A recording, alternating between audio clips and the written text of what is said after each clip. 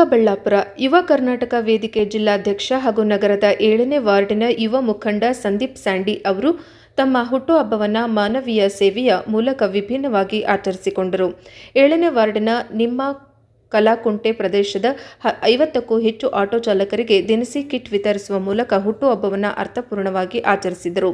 ಈ ಸಂದರ್ಭದಲ್ಲಿ Bhagat Singh charitable trust ಅಧ್ಯಕ್ಷ ಸಂದೀಪ್ ರೆಡ್ಡಿ ಅವರು ಕಾರ್ಯಕ್ರಮಕ್ಕೆ ಚಾಲನೆ ನೀಡಿ ಮಾತನಾಡಿ, ಸಂದೀಪ್ ಸ್ಯಾಂಡಿ ಅವರು ಸಾಮಾಜಿಕ ಕಾಳಜಿಯನ್ನು ಮೆಚ್ಚುಗೆ ವ್ಯಕ್ತಪಡಿಸಿದರು. ಕಿರಿಯ ವಯಸ್ಸಿನಲ್ಲೇ ಯಾವುದೇ ದುಂದುವೆಚ್ಚ ಅಥವಾ ವಿಜೃಂಭಣೆಯಿಂದ ದೂರವಿದ್ದು ಸಮಾಜ ಸೇವೆಯ ಮೂಲಕ ಹುಟ್ಟುಹಬ್ಬ ಆಚರಿಸುವುದು ಇತರರಿಗೆ ಮಾದರಿಯಾಗಿದೆ. ಸಮಾಜದಲ್ಲಿ ಪರಸ್ಪರ ಪ್ರೀತಿ ಮತ್ತು ಸಹಕಾರದಿಂದ ಬದುಕಬೇಕು ಎಂಬ ಸಂದೇಶವನ್ನು ಇಂತಹ ಸೇವೆಗಳು ಸಾರುತ್ತವೆ ಎಂದರು. ಈ ಸಂದರ್ಭದಲ್ಲಿ ಸಂದೀಪ್ ಸ್ಯಾಂಡಿ ಮಾತನಾಡಿ, ಕಳೆದ 7 ವರ್ಷಗಳಿಂದ ಹುಟ್ಟುಹಬ್ಬದ ಅಂಗವಾಗಿ ಸರ್ಕಾರಿ ಶಾಲಾ ಮಕ್ಕಳಿಗೆ ಕಲಿಕಾ ಸಾಮಗ್ರಿಗಳನ್ನು ವಿತರಿಸುತ್ತಾ ಬಂದಿದ್ದೇನೆ. ಈ ವರ್ಷ ಆರ್ಥಿಕವಾಗಿ ಸಂಕಷ್ಟದಲ್ಲಿರುವ ಆಟೋ ಚಾಲಕರಿಗೆ ನೆರವಾಗಬೇಕೆಂಬ ಉದ್ದೇಶದಿಂದ ವಾರ್ಡಿನ 50ಕ್ಕೂ ಹೆಚ್ಚು ಚಾಲಕರಿಗೆ ದಿನಸಿ ಕಿಟ್ ವಿತರಿಸಿದ್ದೇನೆ.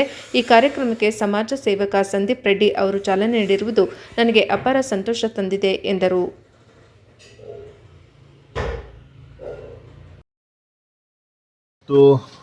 ನೀವು ಹೇಳಿದಾಗೇನೆ ನನ್ನ ಪ್ರೀತಿಯ ಸಹೋದರ ಸಂದೀಪ್ ಸ್ಯಾಂಡಿ ಏನಿದ್ದಾರೆ ಅವರ 28ನೇ ವರ್ಷದ ಹುಟ್ಟುಹಬ್ಬ ಇವತ್ತು. ನನಗೆ ಬೇರೆ ಎಷ್ಟೊಂದು ಕೆಲಸಗಳಿದ್ದರೂ ಸಹ ಹೃದಯಕ್ಕೆ ತುಂಬ ಹತ್ತಿರ ಆಗಿರೋದ್ರಿಂದ ಈಗ ಒಂದು ಅರ್ಥಪೂರ್ಣವಾಗಿ ತನ್ನ ಹುಟ್ಟುಹಬ್ಬವನ್ನು ಆಚರಿಸ್ಕೊಂಡಿದ್ದಾನೆ. ಸುತ್ತಮುತ್ತಲಿನ ಆಟೋ ಚಾಲಕರಿಗೆ ಫುಡ್ ಕಿಟ್ ವಿತರಣೆ ಮಾಡೋ ಮುಖಾಂತರ ತಾನೊಬ್ಬ ಸಮಾಜಕ್ಕೆ ಮುಡುಪಾಗಿರುವಂಥ ವ್ಯಕ್ತಿ, ಸಮಾಜ ಜೊತೆ ನಿಂತ್ಕೊಳ್ಳೋವಂತಹ ವ್ಯಕ್ತಿ ಅಂತ ಈ ನನ್ನ ಯುವ ಮಿತ್ರ ತೋರಿಸ್ಕೊಟ್ಟಿದ್ದಾನೆ. ಅವನಿಗೆ ಮತ್ತು ಅವನ ಕುಟುಂಬಕ್ಕೆ ಈ ಒಂದು ಶುಭ ದಿನ ಇನ್ನೊಂದಷ್ಟು ಒಳ್ಳೆಯದನ್ನು ತರಲಿ. ಅವನು ಇರೋಷ್ಟು ದಿವಸ 100 ಕಾಲ ನಗನಗುತ್ತಾ ನೆಮ್ಮದಿಯಿಂದ ಆರೋಗ್ಯದಿಂದ ಶ್ರೀಮಂತನಾಗಿ, ಹೃದಯ ಶ್ರೀಮಂತಿಕೆ ಮತ್ತು ಆರ್ಥಿಕವಾಗೂ ಕೂಡ ಶ್ರೀಮಂತನಾಗಿರಲಿ ಅಂತ ಈ ಒಂದು ಸಂದರ್ಭದಲ್ಲಿ ದೇವರಲ್ಲಿ ಪ್ರಾರ್ಥನೆ ಮಾಡ್ತೀನಿ.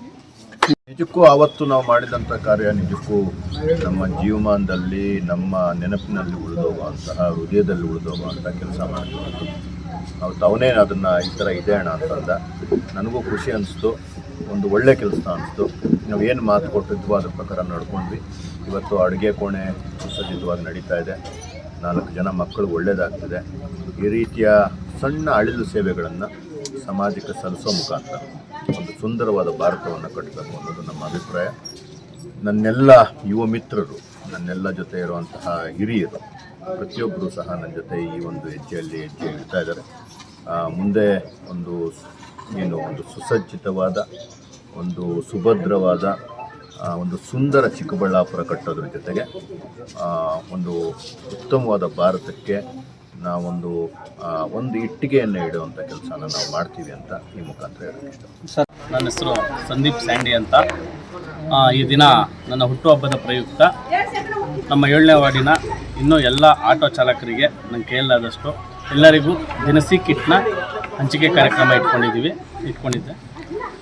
ಇದಕ್ಕೆ ನಮ್ಮ ಚಿಕ್ಕಬಳ್ಳಾಪುರ ಜನಪ್ರಿಯ ಸಮಾಜ ಸೇವಕರಾದಂತಹ ಹಾಗೂ ನನ್ನ ನೆಚ್ಚಿನ ನನ್ನ ಅಣ್ಣನ ಆದಂತಹ ಸನ್ಮಾನ್ಯ ಶ್ರೀ ಸಂದೀಪ್ ರೆಡ್ಡಿ ಅಣ್ಣನವರು ಆಗಮಿಸಿದ್ದರು.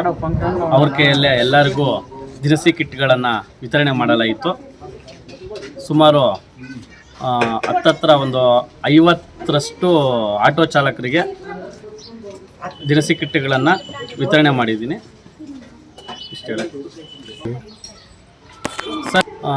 ದಿನಸಿ ಕಿಟ್ ಯಾಕೆ ಕೊಟ್ವಿ ಅಂದರೆ, ಆಟೋ ಚಾಲಕರಿಗೆ ಈಗ 1 ವರ್ಷ ನಾನು ಇದೇ ಮೊದಲನೇ ಸಲ ಅಲ್ಲ, ಸುಮಾರು ಒಂದು 6-7 ವರ್ಷಗಳಿಂದ ನಾನು ಅತಿ ಹೆಚ್ಚಾಗಿ ಸ್ಕೂಲುಗಳಲ್ಲಿ ವಿದ್ಯಾರ್ಥಿಗಳಿಗೆ, ಬಡ ವಿದ್ಯಾರ್ಥಿಗಳಿಗೆ ಬುಕ್ಕು, ಬ್ಯಾಗು, ಪೆನ್ನು, ಪುಸ್ತಕ ಇತ್ಯಾದಿ ಏನೇನು ಬೇಕಾಗುತ್ತೋ ಕಲಿಕಾ ಸಾಮಗ್ರಿಗಳನ್ನು ಇಷ್ಟು ವರ್ಷ ಕೊಟ್ಕೊಂಡ್ಬರ್ತಾಯಿದ್ವಿ.